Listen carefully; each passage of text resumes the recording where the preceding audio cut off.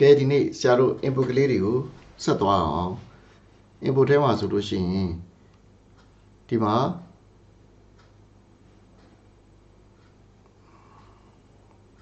ပင်0 express ဆိုတာလေးပါပါတယ်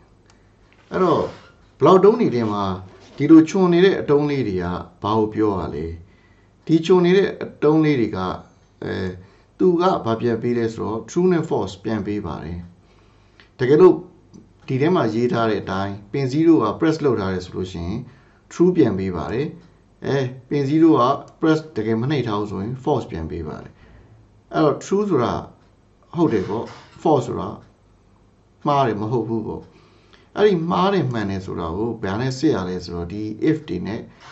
ဒီ if တွေနဲ့စစ်တာဖြစ်ပါတယ်သူ့တဲကအကွက်ကလေးရတယ်ဒီလိုအချုံလေးဖြစ်နေတော့တွေ့ရမှာပါအဲ့တော့ significant block နဲ့အဲ့ဒီလိုမျိုးအချုံလေးထည့်တဲ့ကောင်တစ်ခုတွဲလိုက်လို့ရှိရင်အလုပ်ဖြစ်သွားမှာပေါ့အဲ့ဒီတော့ if နဲ့ဒီလိုအချုံလေးတွေတွဲသုံးရတယ်ဆိုတာကိုတစ်ချက်ဒီမှာဆိုလို့ရှိရင် is shake အဲ့တော့ shake လုပ်လားမလုပ်လားဆိုတော့စစ်ဖို့အတွက်ဆိုလဲဒီအချုံတုံးလေးနေနဲ့ if နဲ့တွဲပြီးတော့စစ်လို့ရပါတယ်ဒါဆိုရင် shake လုပ်နေလားမလုပ်လားဆိုတာကိုစစ်ပါဦးမယ်ဒီလိုအချုံတုံးလေးတွေက if လိုမျိုးဘယ်လောက်မျိုးနဲ့တွဲသုံးရတယ်အဓိကစစ်ဆေးဖို့အတွက်သုံးတာသူ့ရဲ့ဖော်ပြချက်မှန်လို့ရှိရင် true ဖြစ်ပြီးတော့ if ကအလုပ်လုပ်သွားမယ်false ဖြစ်သွားရင်တော့ if ကိုကြော်ပြီးတော့ထွက်သွားမယ်ဒါကိုပြောချင်တာဖြစ်ပါတယ်အဲ့တော့ဒီ block တုံးလေးကရိုးရှင်းပေမဲ့သူ့မှာထူးခြားတဲ့ချက်ကလေးတွေအများကြီးပါပါတယ်အဲ့တော့ပင်0 press လုပ်တယ်ဆိုတဲ့သဘောကတော့ပင်0ကိုသူက circuit balance တစ်ပတ်ပြည့်အောင် ground နဲ့ဆက်ပေးလိုက်တာကိုပြောတာဖြစ်ပါတယ်ဒါကြောင့်မို့လို့တကယ်တမ်းမှာပင်0ကို press ဖြစ်လားမဖြစ်လားဆိုတဲ့ဟာကိုတိုင်းတာဖို့အတွက်ဆိုလို့ရှိရင် circuit balance တစ်ခုတိစောက်ပေးရပါမယ် circuit ဆိုတာဘာလဲအဲ့တော့ circuit ဆိုတာဆရာတို့သိထားသလောက်ဒီ balance တစ်ခုကအစနဲ့အဆုံးတပတ်ပတ်နေအောင်ပြည့်အောင်လို့ဆက်ထားတဲ့လမ်းကြောင်းတစ်ခုလျှက်စစ်သွားနိုင်တဲ့ electron စီးနိုင်တဲ့လမ်းကြောင်းတစ်ခုကို circuit လို့ခေါ်ပါတယ်အဲ့တော့ပြန်ပြောပြပါမယ်လျှက်စီး balance ဆိုတာဆရာတို့ electron စီးသွားတဲ့လမ်းကြောင်းတစ်ခုဖြစ်ပြီးတော့အစကနေအဆုံးထိဆက်နေတဲ့လမ်းကြောင်းဖြစ်ရပါမယ်အဲ့ဒီလမ်းကြောင်းတွေကတစ်ခုပြတ်နေရင်တော့ open circuit လို့ခေါ်ပြီးတော့ electron ဆက်ပြီးတော့မစီးနိုင်တော့ပါဘူးအဲ့ဒါကိုဒီမှာသူရှင်းပြထားတဲ့ဗီဒီယိုလေးရှိပါတယ်ထုံးစံတိုင်းပဲညာကလစ်နှိပ်မယ် help ထဲကနေပြီးတော့သူ့ရဲ့ရှင်းလင်းချက်တွေကိုတွားလို့ရပါတယ်အဲ့တော့တခါတည်းအကြီးချဲ့ပြီးတော့ကြည့်လိုက်ရအောင်အဲ့တော့ဘယ်အချိန်မှာပင်ကို press လုပ်ထားလဲ press မလုပ်ထားဘူးလဲဆိုတာကို detail လုပ်ဖို့အတွက်သုံးပါတယ်ပင်နံပါတ်တွေ0 1 2စတဲ့ပင်နံပါတ်တွေမှာအသုံးပြုနိုင်ပါတယ်ဒီမှာအချုံလေးနဲ့ရွေးလို့ရပါတယ်အဲ့တော့လူရဲ့ခန္ဓာကိုယ်သုံးပြီးတော့စမ်းပြတဲ့ဗီဒီယိုလေးတစ်ခုဆရာစမ်းပြထားတာရှိပါတယ်သူ့ကိုပဲသုံးထားတာဖြစ်ပါတယ်အဲ့တော့ circuit တစ်ခုတစ်ပတ်ပြည့်အောင်လူခန္ဓာကိုယ်ဝါကြိုးအနေနဲ့သုံးလိုက်တာဖြစ်ပါတယ်အဲ့တော့သူကဘာပြန်ပေးလဲဆိုတော့ boolean ပြန်ပေးပါတယ် true ဒါမှမဟုတ် false boolean value တွေပြန်ပေးပါတယ် boolean value ဆိုတာကတော့ true နဲ့ false ကိုပြောချင်တာဖြစ်ပါတယ်0နဲ့1ပေါ့အဲ့တော့ဒီမှာသူကတော့အသီးလေးတွေသုံးပြီးတော့စမ်းပြထားတာကိုတွေ့ရမှာပါဒီဗီဒီယိုလေးကိုဆရာနဲ့တူတချို့အပိုင်းလေးတစ်ချက်လောက်ကြည့်လိုက်အောင်အခုဒီမှာဆိုလို့ရှိရင်ဆရာတို့ circuit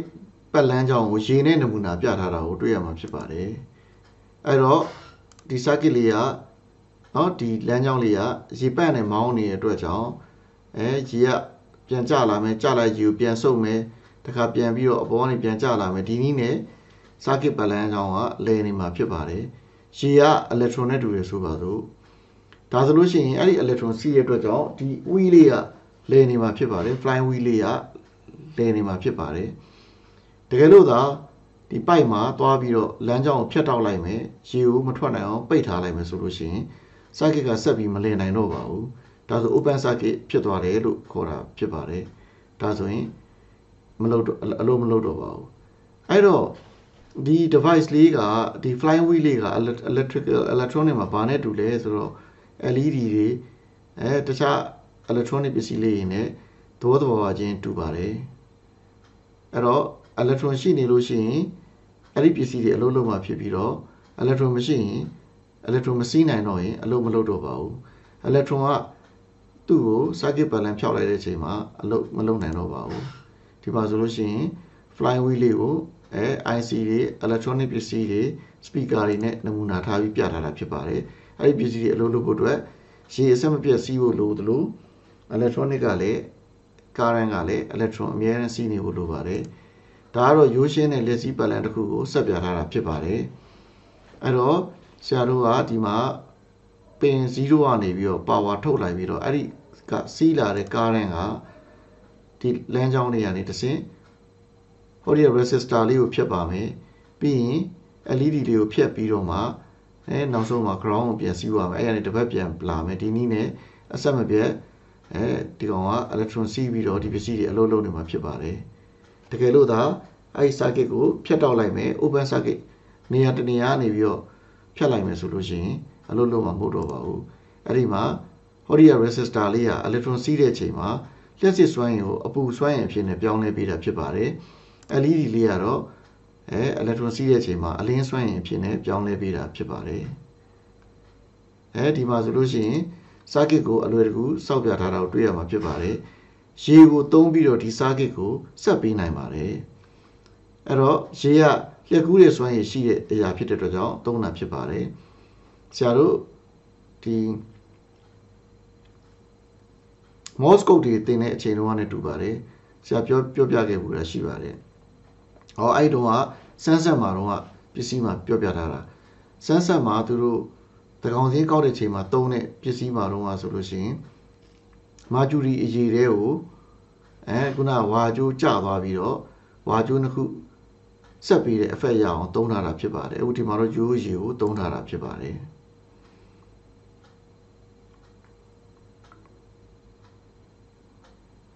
အဲ့တော့ရေကိုဖြတ်ပြီးတော့ကားရင်ဟာစီးနိုင်တဲ့အတွက်ကြောင့်အဲ့လိုပါပဲတခြားအသီးနှံလေးတွေလူခန္ဓာကိုသုံးပြီးတော့လေလျှက်စီးဖြက်စီးအောင် circuit တိဆောက်လို့ရပါတယ်ဒါပေမဲ့ဒီအသီးတွေဒီလူခန္ဓာကိုတွေကြတော့ကားရင်အများကြီးစီးနိုင်မှာမဟုတ်ပါဘူးသူတို့ကတော့ဒီအချက်ပြတဲ့ signal လေးစီးုံတော့ပဲအသုံးပြုမှာဖြစ်ပါတယ်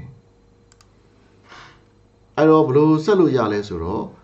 ဒီတတိရဲ့လူရဲ့ကိုသုံးပြီးတော့ circuit balance တစ်ပတ်ပြည့်အောင်ဆက်ပါမယ်0နဲ့ဝါကျိုးတစ်စကိုတတိမှာချိန်ထားမယ် ground ကဝါကျိုးတစ်စကိုလူကကင်ထားမယ်လူကတတိကိုကင်လိုက်တဲ့ချိန်မှာကားရန်ကတတိရနေတစ်ဆင့်လူခန္ဓာကိုဖြတ်ပြီး ground ကိုစီးသွားနိုင်တဲ့အတွက်ကြောင့် circuit balance တစ်ပတ်ပြည့်သွားပါလိမ့်မယ်ဒါဆိုရင်ဒီ button press လုပ်တဲ့ effect ကိုရသွားမှာဖြစ်ပါတယ်အဲ့ဒီခါကြာလို့ရှိရင်ဒီအသီးလေးကိုလူကထိလိုက်တာနဲ့အလုံးလုံးနေမှာဖြစ်ပါတယ်အဲ့လိုအလုံးလုံးနိုင်ဖို့အတွက်လူကဟိုဘက်လက်တစ်ဖက်ကနေပြီးတော့ ground ကိုကျိုးနဲ့ဆက်ပြီးကင်ထားဖို့လိုပါတယ်အဲ့တော့သူကဒီမှာဘာရေးထားလဲဆိုတော့ပင်0 press ဖြစ်လို့ရှိရင်တဲ့ဒီပုံလေးပြမယ်မဖြစ်ဘူးဆိုရင်တော့အလွတ်ပြမယ်ပေါ့ဆိုလိုချင်တာကတော့ပင် press event ကိုဖမ်းထားတာဖြစ်ပါတယ်အဲ့ပင် press event ကိုအလုံးလုပ်ဖို့အတွက်ဆိုလို့ရှိရင် ground နဲ့ဆက်ထားတဲ့ကြိုးကိုကင်ထားတဲ့လူက0နဲ့ဆက်ထားတဲ့အသီးကိုကင်လိုက်ရမှာဖြစ်ပါတယ်ဒါဆို circuit တစ်ပတ်ပြည့်ပြီးတော့အလုံးလုံးမှာဖြစ်ပါတယ်စမ်းသပ်တာလေးကိုကြည့်အောင်ဒီမှာဆိုလို့ရှိရင် alligator Clip wires connect one end of a wire to pin 0နောက်ဒီပုံလေးမှာသုံးထားတဲ့ wire လေးတွေကိုဒီ clip လေးကို alligator clip လို့ခေါ်ပါတယ်မိချောင်းပါးစပ်လိုမျိုးသွားလေးတွေပါလို့ဖြစ်ပါတယ်အဲ့ဒီဝါကျိုးလေးကိုသုံးပြီးတော့သူကဒီဘက်မှာအဖြူလေးက0ပင်လေးနဲ့ဒီတတိကိုဆက်ထားပါတယ်နောက် ground ကိုအမဲကျိုးတကျိုးနဲ့ထုတ်ထားပါတယ်အဲ့တော့ circuit balance တစ်ဖက်ပြည့်အောင်လူကတစ်ဖက်ကဒီဘက်ကိုကင်တခြားတစ်ဖက်ကတတိကိုကင်လိုက်ရင် circuit အလုပ်လုပ်သွားမှာဖြစ်ပါတယ်အခုဆိုရင် circuit အလုပ်လုပ်သွားပါပြီအဲ့တော့ဒါကဒီပင်လေးကိုသုံးတဲ့သဘောတရားလေးပါပင်0 press effect ကိုသုံးတဲ့သဘောတရားလေးဖြစ်ပါတယ်အဲ့တော့ ပြင်မှာတကယ်စမ်းကြည့်တဲ့အချိန်မှာလည်းဘာမှမခက်ခဲပါဘူးဒါလည်းအစမ်းပြပြီးသားဖြစ်ပါတယ်ဒီနေ့ထပ်ပြီးတော့ရှင်းပြတာ circuit ပတ်လန်းရဲ့သဘောတရားရဲ့ဒီပင်လေးကိုဒီလိုမျိုးအချွန်လေးစနစ်မကင်းတုံးလေးဖြစ်နေတယ်ဆိုလို့ရှိရင်မှန်လားမမှန်လားစစ်ဆေးတဲ့နေရာတွေမှာအသုံးပြုရဲဆိုတဲ့အချက်ကလေးရေပြောတာဖြစ်ပါတယ်အခုနသူရေးတဲ့ circuit မျိုးရေးဖို့အတွက်ဆိုလို့ရှိရင်ရိုးရိုးဒီမှာတော့အသေးပုံနဲ့ပဲတခါပဲပြလိုက်ပါတော့မယ်ဒီမှာမထီဘူးဆိုလို့ရှိရင် clear screen နဲ့ဖြောက်လိုက်မှာဖြစ်ပါတယ်အဲ့တော့ဒီ program လေးကိုရေးထည့်ပြီးတော့စမ်းကြည့်နိုင်ပါတယ်အဲ့တော့အသီးနှံတစ်ခုခုသုံးလို့ရပါတယ်တခြားပစ္စည်းတစ်ခုစမ်းသုံးကြည့်လို့ရပါတယ်ဒါကိုသုံးပြီးတော့တီးလုံးတန်တွေထွက်အောင်စမ်းနေရတဲ့ပီယာနိုတွေဖြစ်အောင်ဒီ music နဲ့တွဲပြီးတော့အသုံးပြုနိုင်ပါတယ်အဲ့တော့ခလုတ်တွေချိန်ထားပြီးတော့ခလုတ်တွေကိုအတန်တစ်ခုစီနဲ့တွဲထားမယ်ဆိုရင်ခလုတ်တစ်ခုနှိမ့်ရင်အတန်တစ်တန်ထွက်လာမှာဖြစ်ပါတယ်ဒါပေမဲ့လောလောဆယ်ကတော့ဒီမှာချိန်လို့ရတဲ့ပင်က0 1 2 3ခုပဲရှိတော့အတန်3မျိုးကိုပဲထွက်အောင်ဖန်တီးနိုင်အောင်မှာဖြစ်ပါတယ်စမ်းသပ်ကြည့်ကြပါအားလုံးကိုကျေးဇူးတင်ပါတယ်ဒီနေ့သင်ခန်းစာလေးကတော့ဒီလောက်နဲ့ပဲအဆုံးသတ်လိုက်ပါတော့မယ်